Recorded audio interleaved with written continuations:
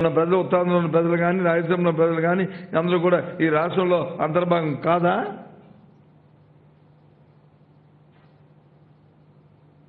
ఏంటి నీ ఉద్దేశం?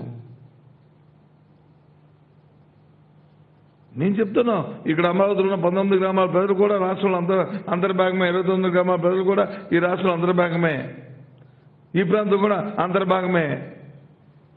13 జిల్లాలు అభివృద్ధి చెందాలి. అందులో భాగంగానే అమరావతి ప్రాంతం కూడా అభివృద్ధి చెందాలి, ఉత్తరాంధ్ర ప్రాంతం అభివృద్ధి చెందాలి, రాయలసీమ ప్రాంతం అభివృద్ధి చెందాలని మేము చెప్తున్నాం.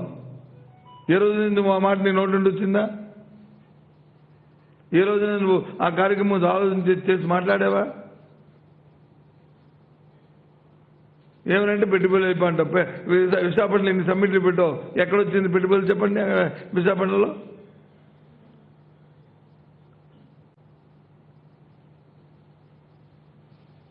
చెప్పండి. ఏమనంటే ఆ శెట్టి గ్రూప్ వచ్చిన ఆ శెట్టి గ్రూప్ ఏమైంది? వాళ్ళు బ్యాంక్ కరెక్ట్ వాళ్ళు ఉన్నారు, నువ్వు తీసుకొచ్చిన వాళ్ళు.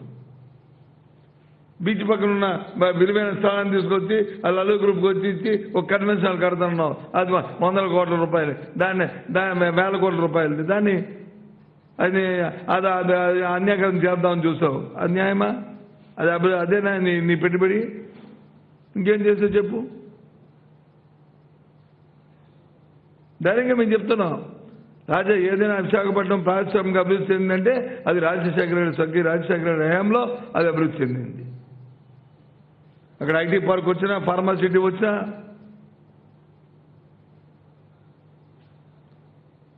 విశాఖపట్నం మహానగరానికి అభివృద్ధి చెంది దాన్ని ఎక్స్టెన్స్ సిటీ పెరిగినా,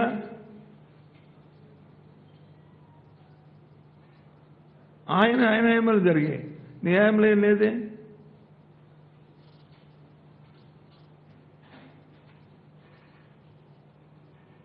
కానీ ఏం చేస్తావు చెప్పు? ఏం చేయలేదు. ఇవాళ వచ్చి మళ్ళీ పెద్ద మాటలు అవన్నీ వాళ్ళ మీద కక్ష తీసుకున్నారు, వీళ్ళ మీద కక్ష తీసుకున్నారు. ఎందుకు? ఎవరి మీద ఎందుకు కక్ష తీసుకుంటారు? దేనికి కక్షలు? తప్పు ఎవరు చేస్తే వాళ్ళు చట్టం దాని మీద తీసుకెళ్తుంది. ఆ కార్యక్రమం అనుభవిస్తారు. అంతేగాని ఎవరికి ఏమి ఇబ్బంది లేదే, ఎవరికి చేయవలసిన అవసరం లేదే. మరి ఉన్నప్పుడు మొన్న ఎందుకు మేము వచ్చి రోజు సంవత్సరం బట్టి ఏం చేశారు మీరు అడుగుతున్నాను. నిన్న మొన్న మీ నాయకులు చూశాను టీవీలో ఇన్సైడ్ ట్రైనింగ్ మీద. మరి దేనికి ఎందుకు కోర్టుకు వెళ్ళాడు? మీరు అప్పటి మీ తాలూకా అడ్వకేట్ జనరల్గా ఉన్న శ్రీనివాసు ఎందుకు స్టే తీసుకోవాల్సి వచ్చింది? ఎందుకు ఆయనతో పాటు నీకు తాపేదగా ఉన్న పెద్దలందరూ తాపేద ఎందుకు వెళ్ళారు కోర్టులకి? ఎందుకు స్టే తెచ్చుకున్నారు? నేను ధైర్యంగా నిలబడిపోయారా? తెచ్చుకున్నట్లు అయిపోతా అనుకుంటే పొరపాటు. తప్పు చేసిన వాడు ఇప్పుడుకి కూడా తప్పించుకోలేడు. ఇవాళ కాకపోతే రేపు కాకపోతే ఎల్లుండు. మీరు గత ప్రభుత్వాన్ని అడ్డంగా పెట్టుకొని రాష్ట్రాన్ని ఖజానా దోచుకు తిన్నారు. ఇది ప్రభుత్వంలో ఉన్న ఒక మంత్రిగా ఇది అఫీషియల్గా చెప్తున్న మాట, ఇది అధికారపూర్వకంగా చెప్తున్న మాట.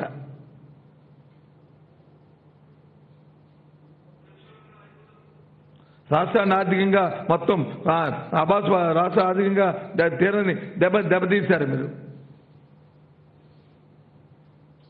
పంచభూతాలని పంచుకు తిన్నారు. ఇది ఇసుకని కాదు, మట్టిని కాదు, గాలిని కాదు, నీరుని కాదు, అగ్గిని కాదు, బుగ్గని కాదు, ప్రతి దాన్ని మీరు దోచుకుతున్నారు. ఇది వాస్తవం కాదా?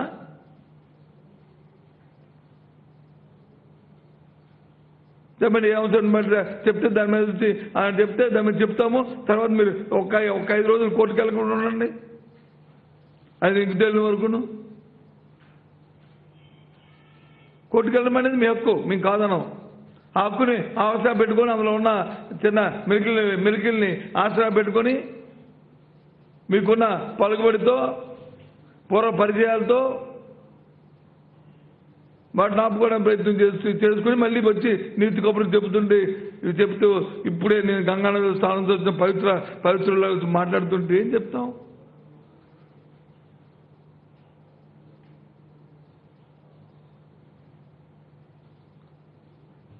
ఇప్పటికైనా ఆలోచన చేసుకుని ఒక బాధ్యత గల వ్యక్తులుగా, బాధ్యత గల ఒక రాజకీయ పార్టీగా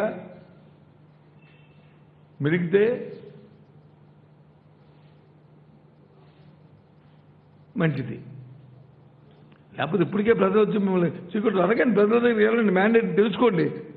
నువ్వు పెద్ద ఐటీలో నేను పెద్ద పుట్టింగ్ అని చెప్తుంటా కదా, ఐటీలో తెలుసుకో, అందరితోనే నీ తాలూగా ఐవేర్ పెట్టు, ఫోన్లో అడుగు, చెప్తారు ఈ విషయం. ప్రజలు ఏ విధంగా నీ తాలూగా గత 10 రోజులుగా వ్యవహార శైలి ఎలాగుందో, నీ భాష కానీ, నీ మాటలు కానీ, నీ వ్యవహార శైలి కానీ, ఈ మతాల మీద, కులాల మీద, వీటి మీద, వర్గాల మీద నువ్వు ఏ రకంగా ఈ సమాజాన్ని చేర్చడానికి ప్రయత్నం చేస్తున్నావో, ఏ సమాజానికి ఎలాగైతే ఇలాంటి తత్వాలన్నింటినీ అంటగట్టడానికి మరి చెడపురుగుగా తయారయ్యేవో రేపు చెప్తారు. అడుగు, ప్రజలు అడుగు, చెప్తారు. నేను చెప్పక్కర్లే మీకు. ఇదేం పని ఇది? ఎన్నో అంశాలు ఉన్నాయి ఇవాళ రాష్ట్రంలో పరిస్థితులు అన్నింటినీ కూడా. వాటికి ధైర్యంగా ఓ రాజకీయ పార్టీ అంటే ఏదైనా ఒక అంశంలో ప్రజలకు ఏదైనా ఇబ్బంది వస్తుందో అనుకున్నా, మాకు ఏదైనా వస్తే పర్వాలేదు, రాజకీయ పార్టీ నా గురించి మాట్లాడుతుంది ఒక పరిస్థితి ఉండాలి. అంతేగాని శాంతియుతంగా ఉంటుంది వాతావరణాన్ని కలుషితం చేసి వాతావరణంలో అసమానత సృష్టించి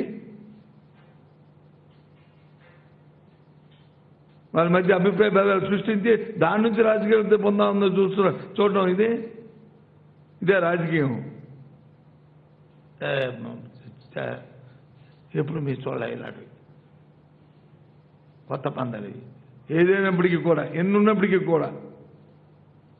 ఇవాళ జగన్మోహన్ రెడ్డి గారి తాలూకా ఆలోచన, ఈ ప్రభుత్వ తాలూకా ధ్యేయం, ఎటువంటి ఇది వచ్చినా ఒకటే కొత్త విషయంతో అభివృద్ధి, సంక్షేమం అనే 2 అంశాలు ఏవైతున్నా ఆ 2 పట్ల మరి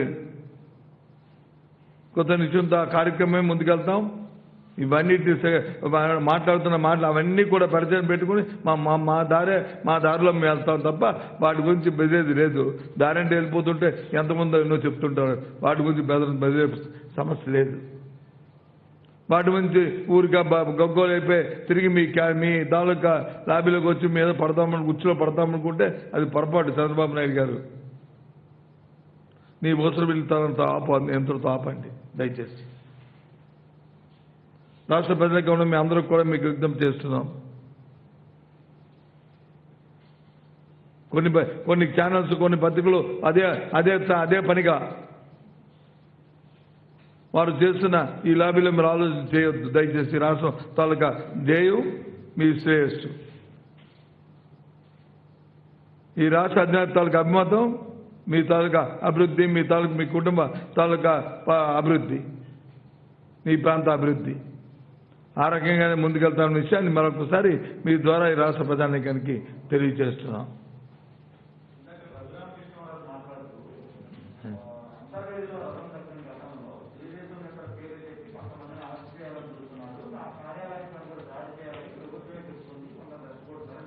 సార్, మంచివాడి గురించి ఏదైనా ఒక పద్ధతి అయిన మనిషిని మాట్లాడితే చెప్తాం సమాధానం. రోజుకోటి గంటకోటి అదే పని కింద మాట్లాడుతానికి ఏం మాట్లాడుతాం? ఆయనకి అర్థం. ఆయన కార్యాలయం మీద దాడి చేయవలసిన అవసరం ఎవరికి వచ్చింది? ఏంటి ఆయనని? దేనికని? ఈ రాష్ట్రంలో 25 మంది లోక్సభ మెంబర్లలో అందులో అతను ఒకరు. ఇంకేదైనా అడగని చెప్తాను. అడిగి ఈ రాష్ట్రం తాలూకు ప్రజల తాలూకు సమయాన్ని ఈ సమయాన్ని వేస్ట్ చేయకండి దయచేసి. ఓకేనా?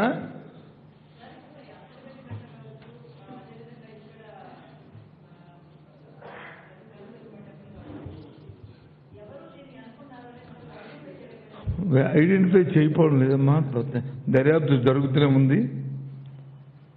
దోషులు ఎవరిని కూడా ఎవరైనా ఇంటెన్సివ్గా చేద్దామని అనుకున్న ఎవరైనా ఇన్వాల్వ్ అయ్యి ఉంటే మాత్రం విడిచిపెట్టే సమస్య లేదు.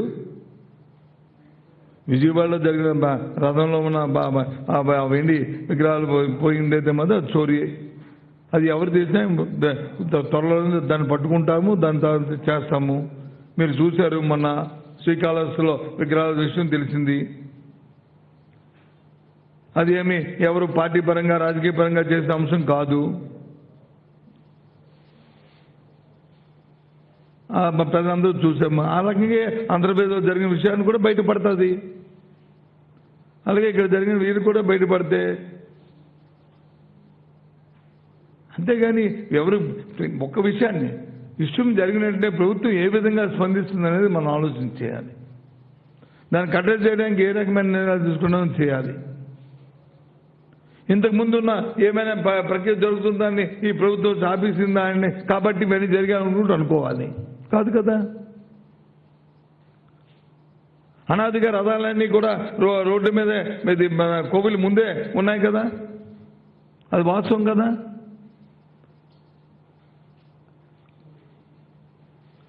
కొంతమంది దుండగులు, కొంతమంది దుశ్చర్యలతోని, కొంతమంది రాజకీయమైన స్వలాభాల కోసం కొంతమంది ఈ కార్యక్రమాలు చేస్తున్నారు. తప్పకుండా వాళ్ళు పట్టుకుంటాం. నాకైతే పూర్తిగా నేను అనుకుంటున్నాను, తెలుగుదేశం పార్టీ, తెలుగుదేశం నాయకులు కడుసన్నలోనే వారి తాలూకా ఆలోచనలతోనే ఇలాంటి దుర్మార్గాలు జరుగుతున్నాయి అనేది నా తాలూకా అభిప్రాయం. నా అభిప్రాయాన్ని కూడా నేను డీజీపీ కూడా షేర్ చేసుకున్నాను. ఆ కోణంలో మీరు ఆలోచన చేయండి అని చెప్పాను. ఎందుకంటే మా మడ్రపతికి ఏంటంటారు, ఏదో ఎస్సు చేస్తే దానివల్ల ఎవరికి లాభం వస్తుందని లాభం చూస్తే ఇదే. ముందు విషయం జరగగానే అయ్యో పాపం ఎందుకు జరిగింది, దాని మీద ఆలోచన చేయండి, దాన్ని ఎవరు చేస్తారు శిక్షించండి అని చెప్పాలి. అది కాకుండా ముందు జరిగిన వెంటనే రాజకీయ ఉపన్యాసం ఇచ్చి రాజకీయ కోణంలో ఆలోచన చేసి ఇదిగో ఈ ప్రభుత్వం తాలకు వైఫల్యం అని చెప్పి ప్రభుత్వం మా మంత్రులు దిగిపోవాలని చెప్పి మాట్లాడుతుంటే అంటే ఏ విధమైన ఆలోచన ఉందా, ఏ విధమైన దుశ్చర్య ఉందని కదా, దుర్మార్గమైన ఆలోచన ఉందో ఆలోచించండి.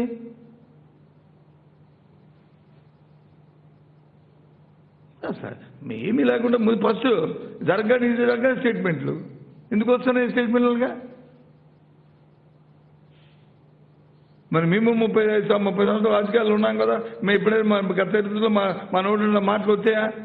అపోజిషన్ ఉన్నప్పుడైనా సరే ముందు పూర్వపరాలు చూడాలి, పరిస్థితి ఏం జరిగిందో చూడాలి, కొంత సమయం పాటించాలి, 1-2 ఆలోచన చేయాలి. దెన్ అప్పుడు మనం ఏదైనా మాట్లాడాలి. ఇన్సిడెంట్ జరిగిన వెంటనే రెస్పాండ్ అవుతుంటే ప్రభుత్వం ఒక పక్క వచ్చి తమ చర్యలకు ఉపక్రమించి కార్యక్రమాన్ని చేస్తుంటే, రెండో పక్క వచ్చి ఈ రకంగా మాట్లాడుతుంటే ఇంకేంటి అంటే వాళ్ళ తాలూకా బ్యాక్గ్రౌండ్, వాళ్ళ ఎక్స్టెన్షన్ స్టేట్ ఇందులో ఉంది, వాళ్ళకి ఉన్న కోణం ఏంటనేది ఇప్పుడు అర్థమవుతుంది. అందుకే నేను చెప్తున్నాను, ఏదైనా సరే ఇవాళ రాష్ట్రంలో ఎన్నో సమస్యలు ఉన్నాయి. సమస్యలు పరిష్కారం చేసుకుంటున్నాం. గత ప్రభుత్వాలు చేసిన దాష్టికాల వల్ల వచ్చి ఈ రాష్ట్రం ఆర్థికంగా ఎన్నో ఇబ్బందుల్లో ఉంది. అవన్నీ అధిగమించడానికి కార్యక్రమాలు చేస్తున్నాం. మా ప్రభుత్వం ఇచ్చిన వాగ్దానాలకు సంక్షేమ కార్యక్రమాలు చేసుకుని ఓ పక్క చేసుకుంటూ అభివృద్ధి కార్యక్రమాలకు ఆలోచన చేస్తున్నాం. దాంట్లో మేము తలమునకలు ఏమున్నాం. దాంతోపాటు రాష్ట్రంలో శాంతి భద్రత మా ప్రధానమైన అంశం. అది కూడా పక్క వచ్చి కాపాడుకుని ముందుకెళ్తున్నాం. ఎక్కడ కూడా ఏ చిన్న అంశం కూడా ఇబ్బంది కూడా రాకూడదని చెప్పని ఆ ప్రకారం చేస్తున్నాం ఇవాళ. ఓకే, నమస్తే.